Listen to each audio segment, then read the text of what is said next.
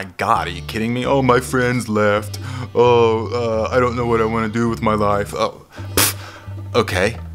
Yeah, I'm speaking to these kids? No, I don't think so. I didn't say anything like that. I was just like, so kids, I don't have any plan. What do you think I should do?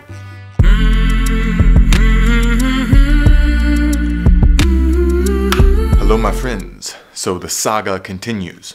But if you're new to the channel, I want to make sure that you're watching these the correct way. Yes, they can be viewed individually. They'll make sense. It's individual adventures, but they're also part of a bigger story with multiple themes and stuff and characters woven in and out. Remember, this story spans 10 years of me traveling the world. So be sure to watch the previous videos, especially the early ones, because if you don't know Kansas, Oz isn't all that special.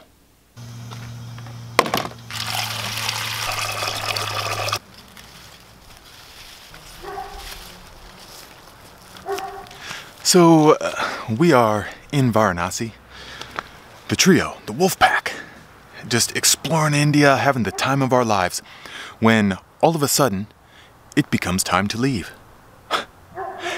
Mark has to go back to England, Minnie has to go back to Korea, and my visa's about to expire, so I have to get out of the country.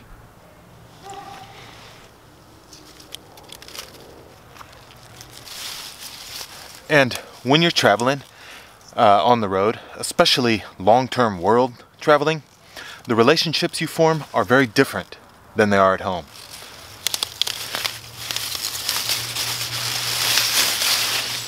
Oh yeah.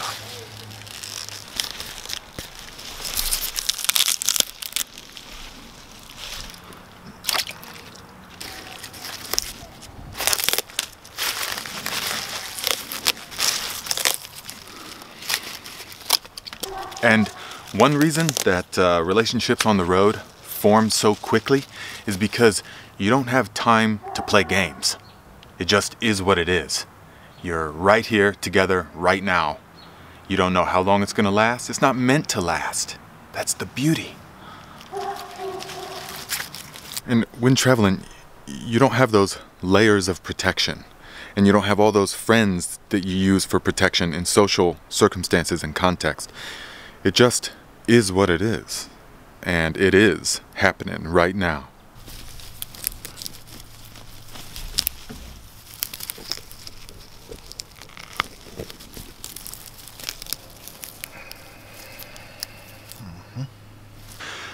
And you guys are just having these life-changing first experiences together, like one after the other. And it's just such a powerful experience, and each day seems like it's many months or even years. It seems like you've known each other forever.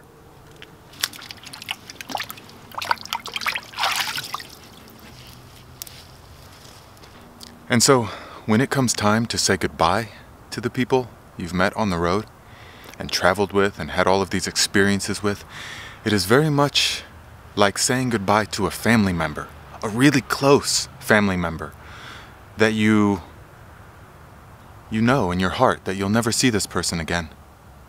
And even if you do, it will be in a different context. So you know that when you say goodbye, it's the ending of an experience, of a time period in your life that has been so profound and powerful. It's changed who you are. And so when you say goodbye to the person, it's like you're saying goodbye to all of that. Oh. You see, at home, there's always the assumption that you have the future together. That, yeah, okay, even if we're saying goodbye now, or we didn't do that much together now, there's always going to be the future. We can do things then. But when you're traveling, there's not the future. And even if there is, it's not going to be like this. So when it came time to leave, boy.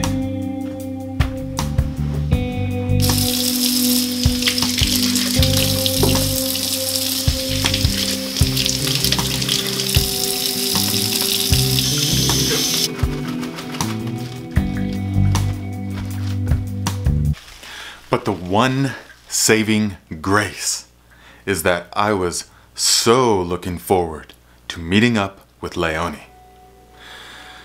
So we're in Varanasi, where we scheduled to meet, but she is nowhere to be found.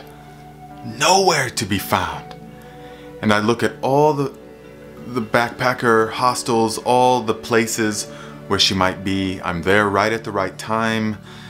I emailed her, which in those days email was, especially in India, you had to go to like internet cafes that had old dinosaur computers, and that was not a very efficient way to meet up with somebody. But man, it took me a number of days before I came to terms with the fact that she must have found someone else to travel with. I was crushed, man. All my life I've wondered what I should do. Would you tell me if you knew? Would you hold it above my head and say it's all for the best?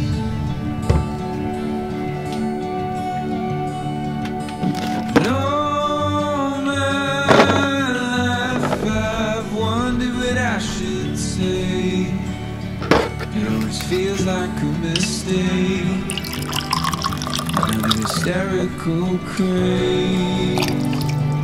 I'm getting less brave by the day.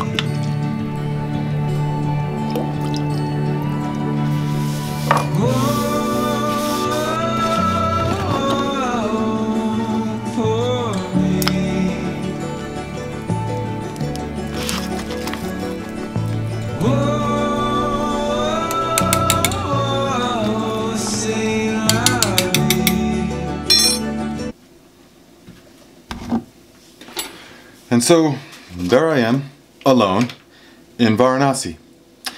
Mark is gone, Minnie is gone, Leonie is gone. So everyone's gone, and I'm just not feeling it, man. It's like, maybe I should go to Korea with Minnie, or maybe I should go to England. Those kind of thoughts enter my mind. But then, the voice within said, no, that is not your path, my friend.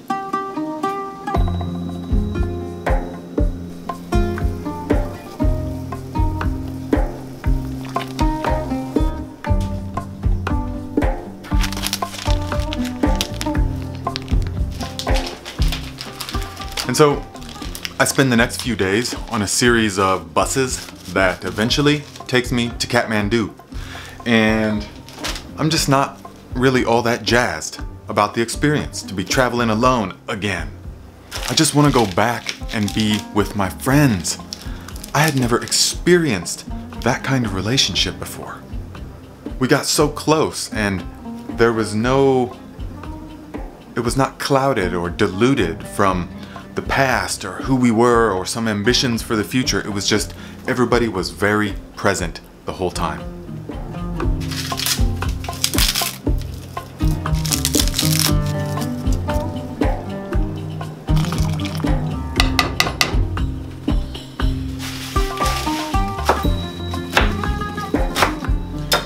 And so when I was there in Kathmandu, when I arrived, I was totally alone and without any kind of direction whatsoever. And I know that I was looking as lost as I was feeling. But what made it infinitely worse was that Kathmandu has this ridiculously high proportion of homeless children. Now, there was many homeless children in India, but Kathmandu was different. In India, it was like there was whole villages of homeless people that they like set up villages within the cities, and you could see this vast expanse of families living with things they've built out of tarps and sticks and boards and pieces of wood or whatever scraps they can find. And there's many adults and also kids, but there's adults.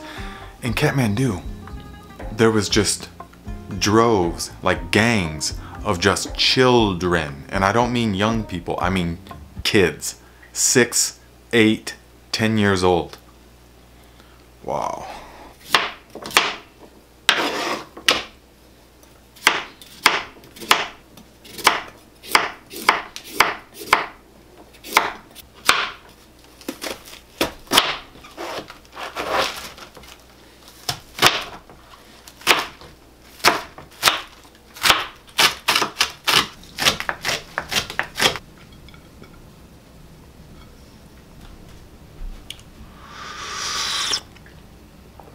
Whoa, yeah, oh yeah. That's some chankonabe. That's what I'm making, Japanese one pot. And you make the broth out of water, miso, things like seaweed, shiitake mushrooms, a little bit of rice vinegar, some soy sauce.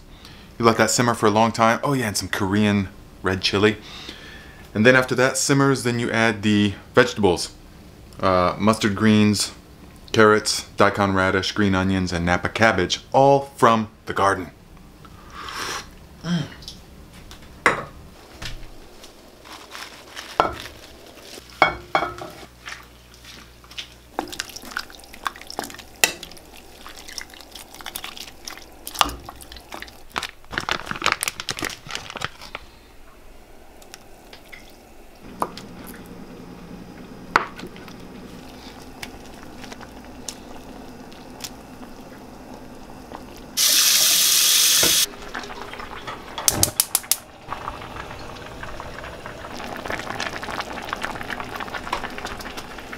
Okay, we're gonna let that simmer for about an hour, and we're gonna go in the other room and carry on with the story. Now, imagine seeing these kids everywhere, 8, 10 years old, and they are homeless. There's not nearly that many adult homeless around, and you can see all these kids. They're in like little gangs, and they're trying to hustle the tourists and things like that that are there. But some of them, man, some of the children are straight up huffing glue. It was like an epidemic when I was there. They all had a little bag and they had tubes of glue and they would squirt it up in there and they would, and then all of a sudden they'd stiffen up and then throw the bag down and they'd walk like this and they'd just be like, and then just they look all totally stupefied and just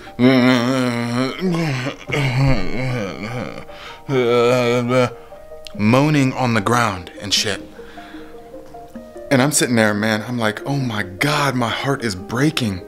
I mean, even just saying this, I think tears are coming to my eyes, recalling this memory, because I had, at the time, my little brother, cousin Isaiah at home, who was just about their age. And I just kept thinking, my God, the life that these kids are living. My heart just kept melting for them.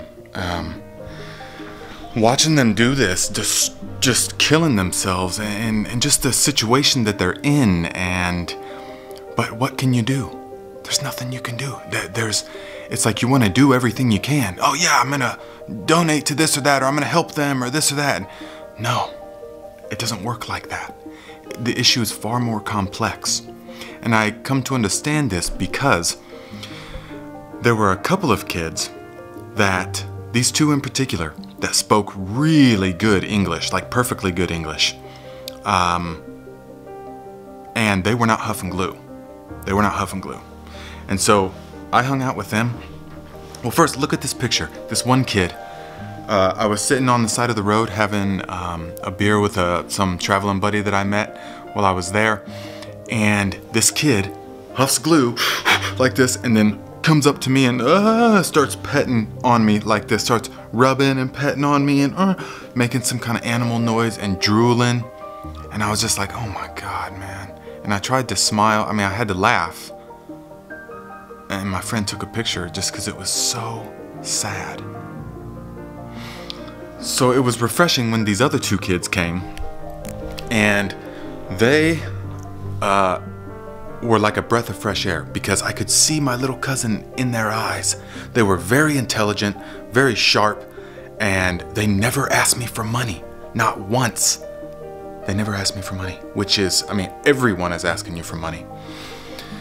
And so I hung out with them for days. I mean days, like 4, 5, 6 days maybe. And just learning about them, saying, where do you guys sleep? And what do you do? And what are all these kids doing here? And they proceeded to tell me over the course of all these days that pretty much all these kids, their parents are dead. Their parents are dead because they died of either famine or flooding or displacement or some kind of conflict, and they're from the surrounding villages. And so they all come to Kathmandu. When their parents are dead, they just make their way to Kathmandu in some way. And the experience is still so fresh, just as if they're right outside, as if these kids are right outside. And so every day I went with the kids, and these two kids, I went there and I said, "What do you want to eat?" And we went, and they were like, "Oh yeah, the meat one, the one with the meat." And we got these momos that were so good, and we got stuffed on them every day. And this is a picture of me eating the momos. So delicious. And the kids enjoyed it, and I enjoyed it, and it was a good time. It was a very good experience amidst a sea of heartache and destitute and despair and kids huffing glue. It's still just okay.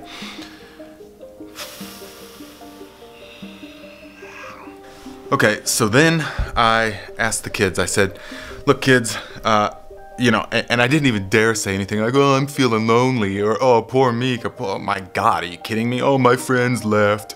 Oh, I don't know what I want to do with my life." Oh, okay. Yeah, I'm speaking to these kids? No, I don't think so. I didn't say anything like that. I was just like, "So kids, I don't have any plan. What do you think I should do?" And immediately they were like, "What do you mean? You go to the mountain?" I said, "What?" They said, "You go to Mount Everest, of course." I said, "Mount Everest? That's right, it is in Nepal." So, here begins my quest to the base camp of Mount Everest. Thank you, my young little friends. After they gave me this nugget of wisdom and decided the course of my life that would be altered in that interaction because I would go to Mount Everest, I said thank you. And once again, as they walked off, I took this picture, and it still just breaks my heart.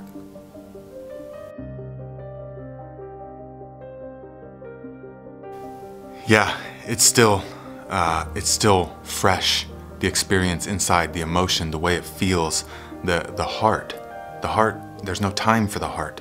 It's always now. And so I look at this picture of this little kid after getting to know him for 4 or 5 or 6 days, and he's walking away with his big ass bag of trash and bottles and things to go cash them in.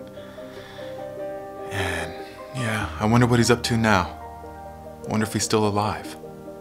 He crosses my mind, both of them. They cross my mind often.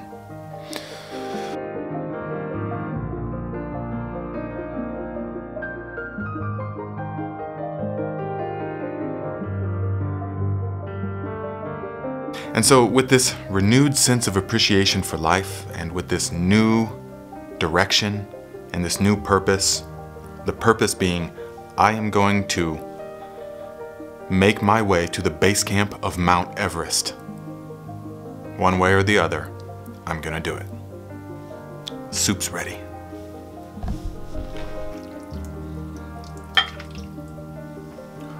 Oh yeah, shanko nabe. With rice cooked to perfection, of course.